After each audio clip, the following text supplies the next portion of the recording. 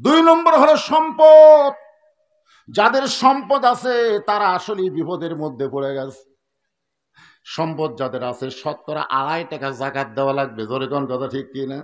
যদি ঠিক মতো দিবার না পারে, ওই যতই নামাজ পড়ুক রোজা করুক, ওর কোনো কিছু আল্লাহর দরবারে কবুল হবে না। আর কবর যাওয়ার সাথে সাথে ওই টাকাগুলো সাফ হয়ে ওকে দংশন শুরু করবে। বিপদ আছে না নাই? এটা কি আমার কথা না আল্লাহর কথা? ইন্নামা আমওয়ালুকুম ওয়া আওলাদুকুম ফিতনা। নিশ্চয়ই তোমাদের সম্পদ আর সন্তান হলো বিপদের কারণ। হযরত চিন্তায় পড়ে গেলেন, মন মসজিদের মধ্যে গেছে কিন্তু দেহ ঢুকাবার পারতেছে না এই ঘোড়ার কারণে। ঘোড়া বাঁধারও গাছ নাই, ধরারও কোনো মানুষ নেই। এমন সময় হয়তো দেখতেছে একজন আল্লাহর বান্দা রাস্তা দিয়ে আসতেছে। আলহামদুলিল্লাহ। এমন সময় হয়তো দেখতে পাই একজন আল্লাহর বান্দা কি আসতেছে, রাস্তা দিয়ে আসতেছে। হয়তো মনে মনে নিয়ত করছে, ওই বান্দারা যখন আমার কাছে আসবে, আসা মাত্রই তাকে সালাম দেব। কি দিব? সালাম দিয়ে ওর হাতে ঘোড়াটা দিয়ে আমি 2 রাকাত নামাজ পড়বো, এই বিনিময়ে ওকে 2টা দিরহাম দিয়ে দিব। সুবহানাল্লাহ বলেন। এমনি এমনি না, একটু হাদিয়া দিব।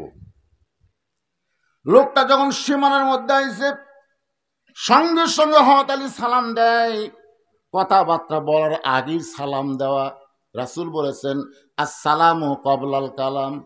কোনো কথাবার্তা বলা যাবে না, কথার শুরুতেই সালাম দিয়ে শুরু করা লাগবে। এটা কার হাদিস?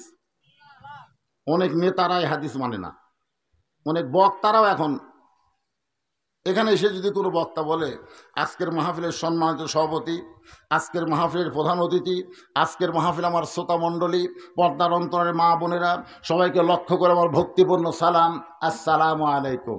আপনারা বলেন তো হাদিস অনুযায়ী সালাম হচ্ছে? কেন হয়নি? কারণ আগে অনেকগুলো কথা কছে, জোরে কোন কথা ঠিক কি না, তারপরে সালাম মারছে। কেউ যদি আমাকে বলে হুজুর আসসালামু আলাইকুম, হবে? কেন হবে না? কারণ আগে হুজুর কছে। কেউ যদি বলে হাজী সাহেব আসসালামু আলাইকুম, হবে না, কারণ আগে হাজী সাহেব কইছে। আপনারা বলেন তো আগে সালাম না আগে হাজী সাহেব? আগে সালাম দেওয়া হাজী সাহেব, আসসালামু আলাইকুম হাজী সাহেব, আসসালামু আলাইকুম হুজুর, চলবে। এখন যদি বলেন, কেউ যদি বলে ইয়া নবী সালামু আলাইকা, হবে? কথা কন না, কেন হবে? কেন হবে না? কারণ আগে ইয়া নবী কয়া পরে সালাম মারছে। আমি যতবার মদিনাত গেছি, আমি প্রত্যেকটা মানুষকে নবীর রওজায় সালাম দেওয়া শুনেছি এবং আমিও দিয়েছি। যারা হজ করেছেন তারা সবাই জানেন কিভাবে সালাম দেয়। আসসালামু আলাইকা ইয়া রাসূলুল্লাহ, আসসালামু আলাইকা ইয়া হাবিবাল্লাহ, আসসালামু আলাইকা ইয়া নবী আল্লাহ। জোরে কারণ সুবহানাল্লাহ। তাহলে আগে কি সালাম? যে লোকটা সীমানার মধ্যে আইছে, সঙ্গে সঙ্গে হযরত আলী সালাম দিয়েছে, আসসালামু আলাইকুম ইয়া আব্দুল্লাহ, রে আল্লাহর বান্দা তোমার প্রতি আল্লাহর রহমত বর্ষিত হোক। লোকটা বলতেছে ওয়ালাইকুম আসসালাম, আপনি কে হুজুর? লোকটা কি বলতেছে? ওয়ালাইকুম আসসালাম, আপনি কে হুজুর?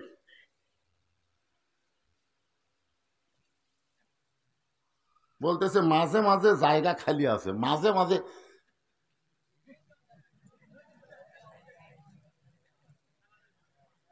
এই শোনেন, আমরা ছোটবেলায় ওই যখন হকার আসতো, হকার হকার বোঝেন? আপনার হকার বোঝেন?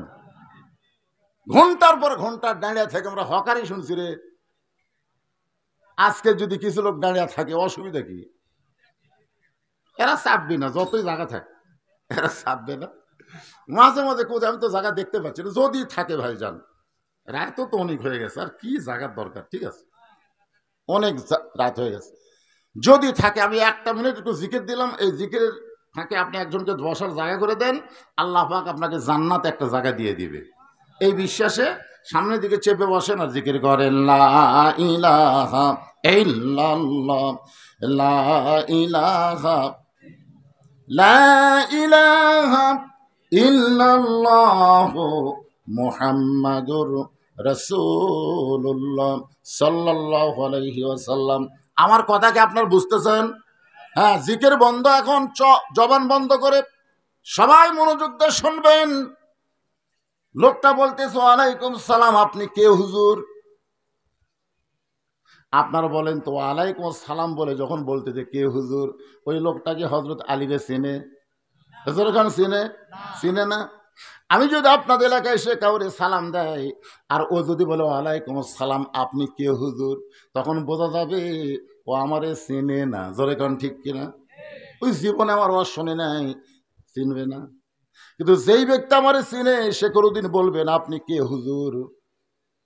যেই বলতেছে ওয়ালাইকুম আসসালাম আপনি কে হুজুর, হযরত আলী চমকে উঠলেন। হযরত আলী চমকে উঠলেন, আমারে চিনে না এমন মানুষও দুনিয়াতে আছে।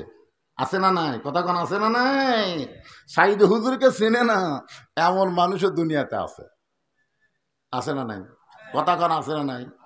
আল্লাহর নবীরও চিনে না এমন গর্ধ গাধা দুনিয়াতে আছে। আছে না নাই? কথা কোন আছে না নাই? আপনারা বলেন তো নবীরে কেউ যদি চিনে সে কোনোদিন তাজা দাড়ি খুর দিয়া কামাবার পারবে? এই কথা কর না কেন? কেউ যদি নবীরে চিনে সে কেমনি এই জায়গা। এক মেয়ে আমারে কয়েছে হুজুর আমার স্বামী খুবই সুন্দর, আমি যখন স্বামীকে নিয়ে বাহিরে যাই রাস্তার মেয়ের আমার স্বামীর দিকে তাকায় থাকে। হুজুর এমন কোনো দোয়া আছে যেটা আমল করলে আমার স্বামীর দিকে মেয়েরা তাকাবে না? আমি বললাম মা একটা আমল আছে, করতে পারবা? বলে কি আমল? বলে আমলটা হলো তোমার স্বামীকে চাচা বানাও। যেই বলছি চাচা বানাও মেয়েটা সেই খেপা। স্বামী কোনোদিন চাচা হয়? আমি বললাম চাচা কও না বানাও? আমি কি চাচা বলবার করছি, চাচা বানাবার করছি? তোমার স্বামীকে এমন চেহারা করো যাতে তোমার স্বামীরে চাচা কয়। তোর এখন কি কয়? বাপ দাড়ি কামায় তাক কয় ভাই, বেটা দাড়ি রাখছে তাক চাচা কয়। এরকম মানুষ আছে না নাই? তোর এখন আছে না? হ্যাঁ, ওই স্বামীর হাত পাও ধরে অনেক অনুরোধ বিনোরোধ করে স্বামীর দাড়ি রাখাইছে, এখন দাড়ি 4 আঙ্গুল হয়ে গেছে। এখন স্বামীর নিয়ে বাইরে গেলে মেয়েরা তো কেউ স্বামীর দিকে তাকায় না, আর স্বামীর দিকে কোনো মানুষ তাকায় না, কেউ তাকায় সালাম দেখে চাচা কেমন আছেন, তখন বউ কয়ে চাকরি আমার স্বামী যখন চাচা কাছে তাহলে আর কোনো শয়তান থাকলো না। বলে কোন কথা ঠিক কি না? একটু মনোযোগ দেবেন। চিনা একটা ব্যাপার, একটা জানা একটা চিনা। এই যে কোরআনের মাহফিল আপনার বসে আছেন, এ কোরআন থেকে হেদায়েত নিতে গেলে আগে কোরআনকে আমাদের জানা লাগবে, তারপরে জানতে গিয়ে কোরআনকে আমাদের চিনা লাগবে। যেই কোরআন ধরতে গিয়ে বলা হয়েছে লা ইয়ামাসসুহু ইল্লাল মুতাহহারুন, ততক্ষণ পর্যন্ত কোরআন স্পর্শ করতে পারবা না যতক্ষণ তুমি পবিত্র না হবা। যেই কোরআন নাজিল হওয়ার কারণে যেই রাতে নাজিল হয়েছে ওই রাতের দাম 1000 মাসের চাইতেও বেশি।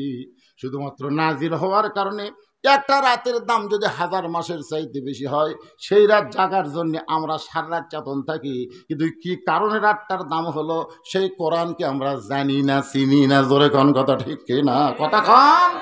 আপনারা বলেন তো লাইলাতুল কদরে খায়রুম মিন আলফি শাহর, লাইলাতুল কদর রাত 1000 মাসের চাইতে উত্তম হওয়ার কারণ কি? ওই রাতে আল্লাহ কোরআন নাজিল করছে। শুধু কোরআন নাজিল করার কারণে রাতের দাম যদি 1000 মাসের চাইতে বেশি হয়, সেই কোরআনকে গ্রহণ করলে আমাদের দাম কেমন হবে? একই গাছ দিয়ে 3টা জিনিস বানাচ্ছে, একটা খাট, একটা সোফা আর একটা রেহাল। কয়টা? 3টা জিনিস বানাচ্ছে, একটা কি খাট, একটা সোফা আর একটা রেহাল। আপনারা বলেন তো এই 3টার বেশি মধ্যে দাম বেশি কার? দেখছেন? দেখছেন? আরে এই কাঠ এত দামি হওয়ার কারণ কি? কোরআনের সাথে এই রেহালের সম্পর্ক। আর খাটের সাথে মানুষের সম্পর্ক, সোফার সাথে মানুষের সম্পর্ক, আর রেহালের সাথে আল্লাহর কোরআনের সম্পর্ক। আল্লাহর কোরআনের সঙ্গে সামান্য সম্পর্কের কারণে রেহালের দাম যদি বেড়ে যায়, সেই কোরআনকে বাংলার মুসলমান গ্রহণ করলে ওই মানুষটার দাম কত হবে আমাদের জানার অধিকার আছে না নাই? দরকার আছে না নাই? এমনি মাদ্রাসায় বাচ্চারা আসে না, যারা আসে তারা গরিবের সন্তান, মাথাতে একটা পাগড়ি দেওয়া হলো, সবাই খেয়ালও করলেন না। আমাদের গ্রামে একটা MBBS ডাক্তার আছে রে, আমাদের গ্রামের সচিবালয়ে চাকরি করে রে, বিএটির 2টা ইঞ্জিনিয়ার আছে রে, ওর গ্রামে যে 7টা হাফেজ আছে, ওই শালা একবারও কয় না। ধরে কোন কথা ঠিক কিনা? তোমার গ্রাম যে ইঞ্জিনিয়ার মন্ত্রী এমপি হাঁটে গেলে তোমার গ্রামের গোরস্থানের কোনো লাভ নাই। আর হাফিজ সাহেব যদি হেঁটে যায় জুতার ভরসা আল্লাহ 40 দিন কবর আযাব মাফ করে দেয়। আর সেই গ্রামে একটা হাফেজি মাদ্রাসা আছে। কত বড় ভাগ্যবান বুঝি না তো, কারণ সম্পর্কই নাই কোরআনের সাথে। আমরা দাম বুঝবো